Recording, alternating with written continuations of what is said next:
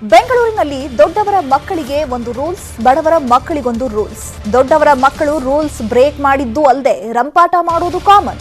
ಇವತ್ತು ಕೂಡ ಒಬ್ಬ ಎಂಎಲ್ಎ ಮಗಳು ಟ್ರಾಫಿಕ್ ರೂಲ್ಸ್ ಬ್ರೇಕ್ ಮಾಡಿ ಪೊಲೀಸರ ಜೊತೆಗೇನೆ ವಾಗ್ವಾದ ಮಾಡಿದ್ದಾಳೆ. ಮಗಳು ಮಾಡಿದ ಕಿರಿಕಿಗೆ ತಂದೆ ಕ್ಷಮೆ ಕೋರಿದ್ದಾರೆ. ಬೆಂಗಳೂರಲ್ಲಿ ಬಿಜೆಪಿ ಎಂಎಲ್ಎ ಪುತ್ರಿ ದರ್ಪ, ಕಾರು ತಡೆದಿದ್ದಕ್ಕೆ ಖಾಕಿ ಮೇಲೆ ಕೆಂಡ.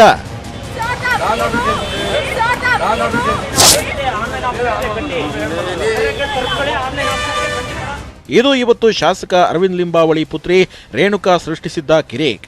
ಟ್ರಾಫಿಕ್ ರೂಲ್ಸ್ ಬ್ರೇಕ್ ಮಾಡಿದ್ದು ಅಲ್ಲದೆ ಫೈನ್ ಹಾಕಲು ಬಂದ ಪೊಲೀಸರಿಗೂ ಆವಾಜ್ ಹಾಕಿದ್ದಾರೆ ಲಿಂಬಾವಳಿ ಪುತ್ರಿ ರೇಣುಕಾ.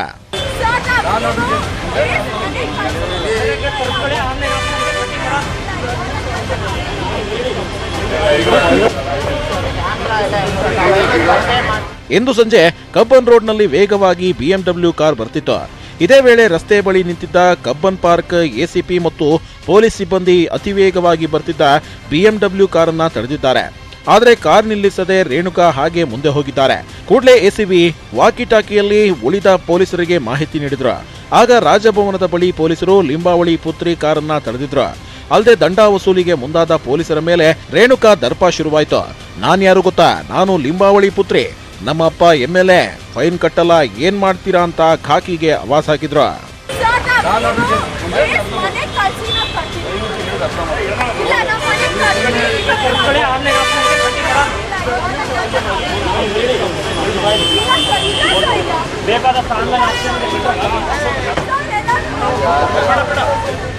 ಇಷ್ಟೆಲ್ಲ ಆವಾಜ್ ಹಾಕಿದ ಮೇಲೆ ಪೊಲೀಸರು ಬಿಡ್ತಾರಾ? ಹಳೆ ನಿಯಮ ಉಲ್ಲಂಘನೆ ಕೇಸ್ಗಳನ್ನೆಲ್ಲ ಹೊರತೆಗೆದ್ರು. ಈ ಹಿಂದೆ ಮಾಡಿದ್ದ ಅತಿ ವೇಗದ ಚಾಲನೆ, ಸಿಗ್ನಲ್ ಜಂಪ್, ಹೀಗೆ ಎಲ್ಲಾ ಸೇರಿ ಸುಮಾರು 10,000 ದಂಡ ಇತ್ತು.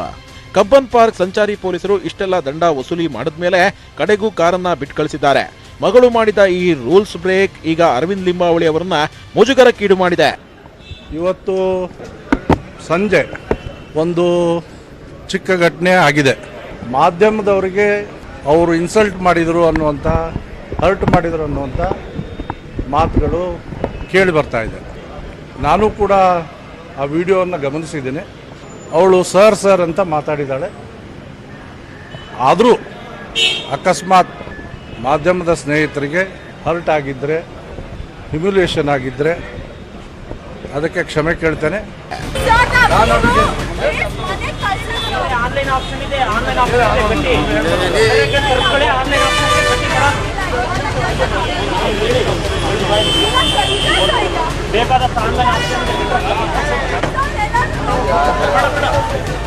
ಇತ್ತೀಚೆಗೆ ಜನಪ್ರತಿನಿಧಿಗಳು, ಪ್ರಭಾವಿಗಳು, ಅವರ ಮಕ್ಕಳು ಇಂಥ ಪುಂಡಾಟ ಮಾಡೋದು ಕಾಮನ್ ಆಗ್ಬಿಟ್ಟಿದೆ.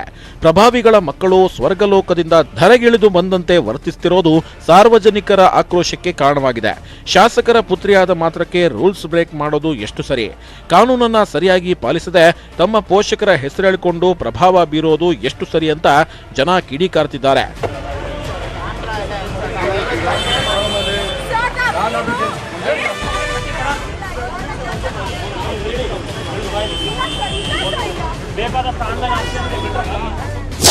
Crime bureau, news 18 Kannada. Beauty queen ರಮ್ಯಾಗೆ ಸಿಟ್ಟು ಬರೋದು ಕಡಿಮೆ, ಆದ್ರೆ ಅವರಿಗಾದ ಒಂದು ನೋವು ಇವತ್ತು ಅವರನ್ನ ಸಿಟ್ಟಿಗೆದ್ದು ಪೊಲೀಸ್ ಠಾಣೆ ಮೆಟ್ಟಿರೇರುವಂತೆ ಮಾಡಿದೆ. ಸ್ಯಾಂಡಲ್ವುಡ್ ಪದ್ಮಾವತಿಗೆ ಆದ ನೋವೇನು, ಅವರಿಗೆ ತೊಂದರೆ ಕೊಟ್ಟಿದ್ ಯಾರು ಅನ್ನೋ ಡೀಟೇಲ್ಸ್ ಇಲ್ಲಿದೆ ನೋಡಿ.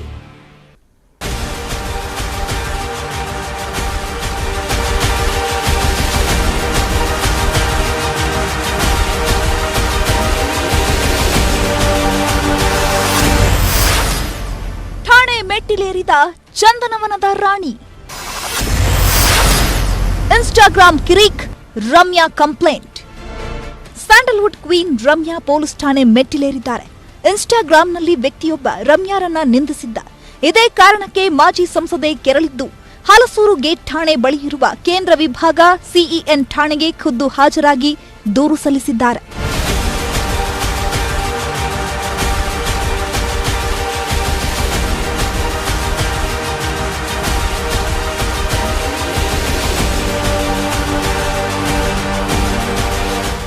ನಟನೆಯಿಂದ ದೂರ ಉಳಿದಿರೋ ರಮ್ಯಾ ಅಭಿಮಾನಿಗಳ ಜೊತೆ ಸಂಪರ್ಕದಲ್ಲಿರಲು ಸೋಷಿಯಲ್ ಮೀಡಿಯಾದಲ್ಲಿ ಆಕ್ಟಿವ್ ಆಗಿರ್ತಾರೆ. ನಿತ್ಯ ಹೊಸ ಹೊಸ ಫೋಟೋ, ಸುದ್ದಿ ಹಂಚಿಕೊಳ್ತಾರೆ. ಆದ್ರೆ ಅದ್ಯಾರೋ ಒಬ್ಬ ಪುಂಡ ರಮ್ಯಾರನ್ನ ನಿಂದಿಸಿದ್ನಂತೆ. ಆದ್ದರಿಂದ ರಮ್ಯಾ ಸೈಬರ್ ಠಾಣೆಗೆ ದೂರು ನೀಡಿದ್ದಾರೆ.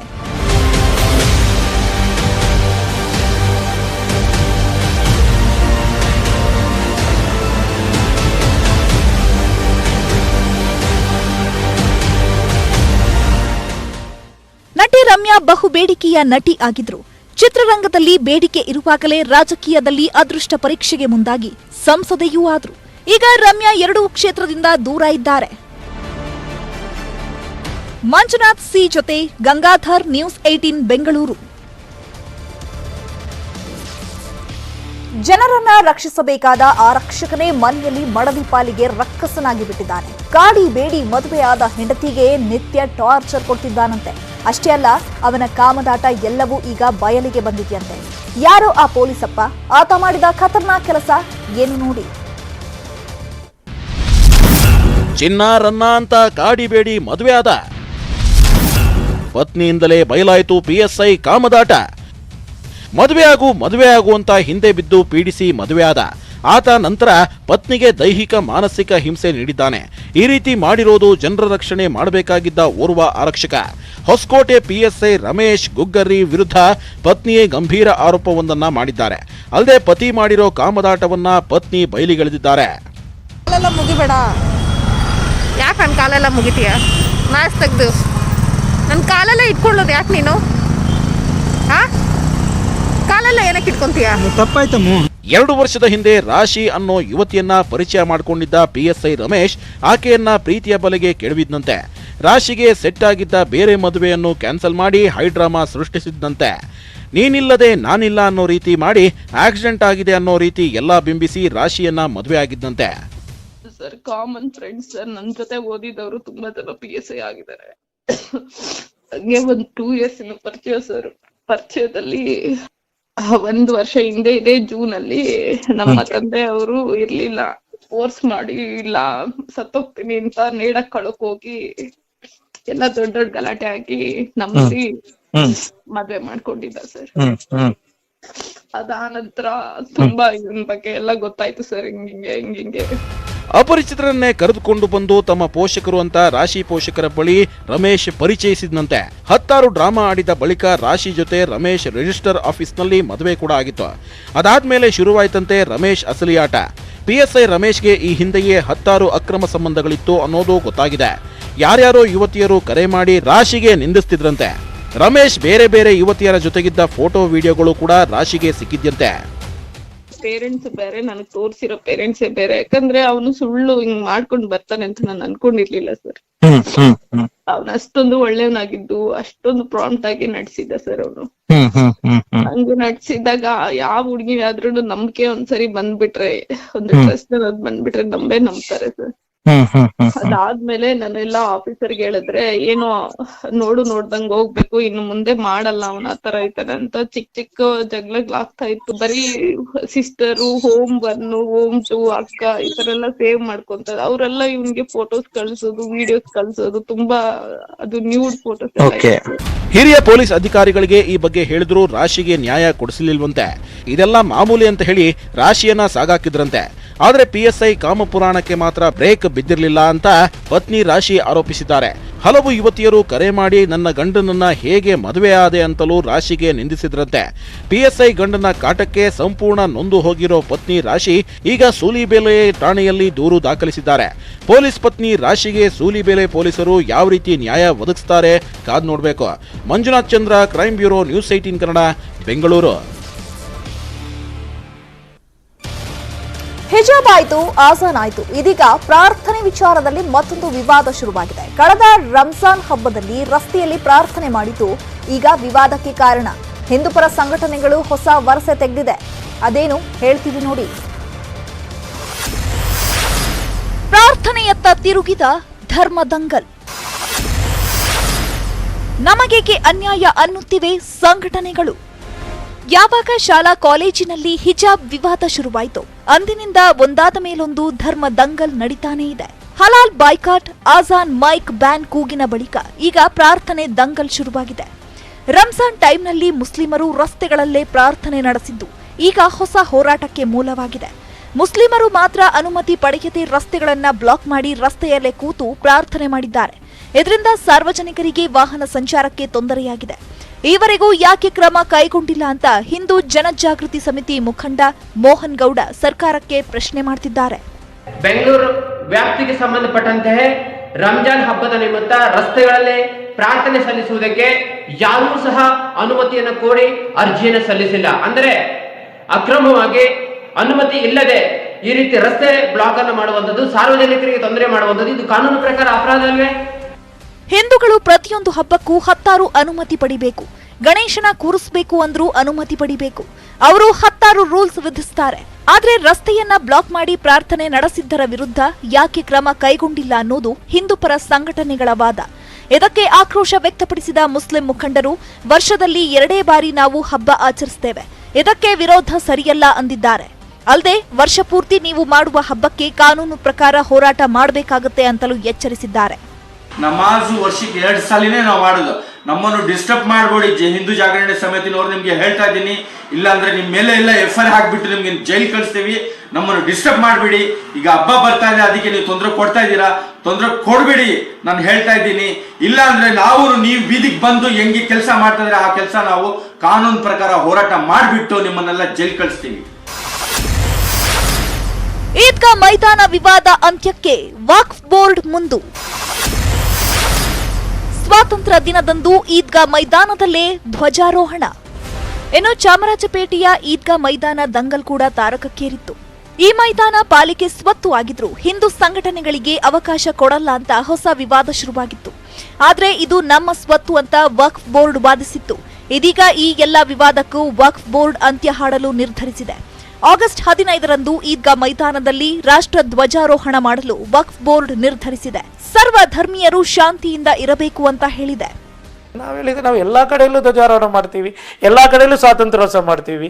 ಬೇಕಾದ್ರೆ ಇದೇ ನಮ್ಮ ಈದ್ಗಾದಲ್ಲಿ ಮುಂದಿನ ಇದರಲ್ಲಿ ಸ್ವಾತಂತ್ರ್ಯೋತ್ಸವ ಇದರಲ್ಲಿ ಅಲ್ಲಿನ ಶಾಸಕರು, ಅಲ್ಲಿನ CM ಇವರು, ಅದೇ ರೀತಿ ನಮ್ಮ ವಕ್ಫ್ ಬೋರ್ಡ್ ಎಲ್ಲರೂ ಸೇರಿ ವಿಜೃಂಭಣೆಯ ಸ್ವಾತಂತ್ರ್ಯೋತ್ಸವ ಮಾಡೋಣ. ನಮ್ಮ ರಾಜ್ಯದಲ್ಲಿ ಗತಕಾಲದಲ್ಲಿ ಇದ್ದಂತಹ ಒಂದು ಸಾಮರಸ್ಯ ಇಲ್ಲ. ಇದು ಇನ್ನು ಆ ಸಾಮರಸ್ಯವನ್ನು ಮರುಕಳಿಸುವಂತಹ, ಮರುಸ್ಥಾಪಿಸುವಂತಹ ಪ್ರಯತ್ನ ಏನೆಲ್ಲ ಮಾಡಬೇಕು ಆ ಗರಿಷ್ಠ ಪ್ರಯತ್ನ ವಕ್ಫ್ ಬೋರ್ಡ್ ಮಾಡುತ್ತೆ. ಒಟ್ನಲ್ಲಿ ಹಿಂದೂಪರ ಸಂಘಟನೆಗಳ ತಕರಾರಿನ ಬಳಿಕ ವಿವಾದವನ್ನ ತಿಳಿಗೊಳಿಸಲು ವಕ್ಫ್ ಬೋರ್ಡ್ ಮುಂದಾಗಿದೆ. ಇದು ಬಗೆಹರಿತು ಅನ್ನುವಾಗಲೇ ಇನ್ನೊಂದ್ ಕಡೆ ಪ್ರಾರ್ಥನೆ ಸಮರ ಶುರುವಾಗ್ತಿದೆ. ಶರಣು ಹಂಪಿ ಜೊತೆ ಹಂಸ ಶ್ಯಾಮಲಾ, ನ್ಯೂಸ್ 18 ಕನ್ನಡ.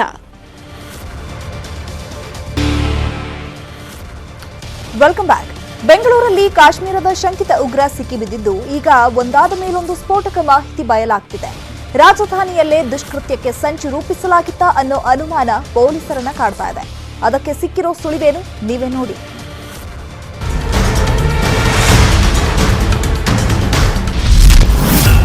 ಬೆಂಗಳೂರಲ್ಲಿ ವಿಧ್ವಂಸಕ ಕೃತ್ಯಕ್ಕೆ ನಡೆದಿದ್ದ ಸಂಚು. ನಗರದಲ್ಲಿ ಸಭೆ ನಡೆಸುತ್ತಿದ್ದಂತೆ ತಾಲಿಬ್ ಹುಸೇನ್. ಬೆಂಗಳೂರಿನಲ್ಲಿ ಬಂಧನಕ್ಕೊಳಗಾದ ಜಮ್ಮು ಕಾಶ್ಮೀರದ ಶಂಕಿತ ಉಗ್ರ ತಾಲಿಬ್ ಹುಸೇನ್ ಬಗ್ಗೆ ಒಂದೊಂದೇ ಬೆಚ್ಚಿ ಬೀಳಿಸೋ ಮಾಹಿತಿ ಬಯಲಾಗ್ತಿದೆ. ಬೆಂಗಳೂರಿನಲ್ಲಿ ಯಾರಿಗೂ ಅನುಮಾನ ಬಾರದಂತೆ ಜನರ ಮಧ್ಯೆಯೇ ನೆಲೆಸಿದ್ದ ಶಂಕಿತ ಉಗ್ರ ಸಿಲಿಕಾನ್ ಸಿಟಿ ಮೇಲೂ ಕಣ್ಣು ಹಾಕಿದ್ನಾ ಅನ್ನೋ ಅನುಮಾನ ಶುರುವಾಗಿದೆ. ಆರೋಪಿ ಸುಮಾರು 7-8 ವರ್ಷಗಳಿಂದ ನಗರದಲ್ಲಿ ನೆಲೆಸಿದ್ದು ಅಮಾಲಿ ಕೂಲಿ ಚಾಲಕನಾಗಿ ಕೆಲಸ ಮಾಡಿಕೊಂಡು ಸೈಲೆಂಟ್ ಆಗಿ ನೆಲೆ ಊರಿದ. ಆದರೆ ಈ ವೇಳೆ ಕೆಲವು ವ್ಯಕ್ತಿಗಳು ತಾಲಿಬ್ ಹುಸೇನ್ ಭೇಟಿಗೆ ಬರ್ತಾ ಇದ್ರು ಅನ್ನೋದು ಗೊತ್ತಾಗಿದೆ.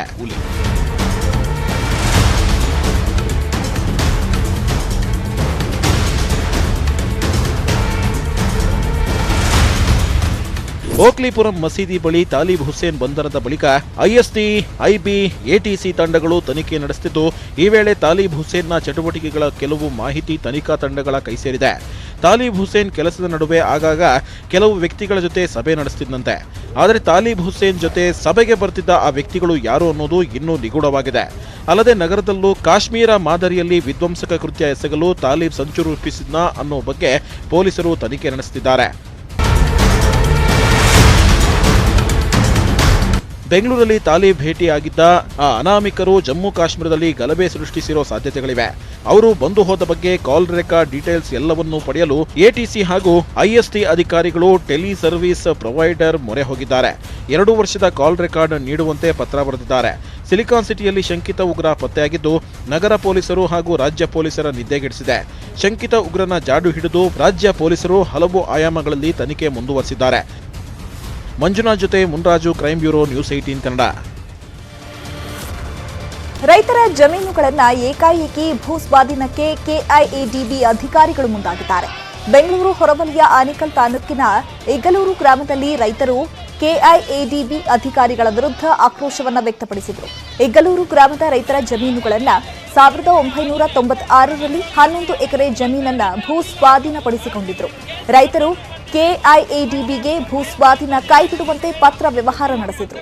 ಆದರೆ 20 ವರ್ಷಗಳ ಬಳಿಕ ಏಕಾಏಕಿ ರೈತರ ಜಮೀನುಗಳನ್ನು ಸ್ವಾಧೀನಕ್ಕೆ ಮುಂದಾಗಿರೋದು ಕಾನೂನು ಬಾಹಿರ ಅಂತ ಕೆಐಎಡಿಬಿ ವಿರುದ್ಧ ರೈತರು ಆಕ್ರೋಶವನ್ನು ವ್ಯಕ್ತಪಡಿಸಿದ್ದಾರೆ.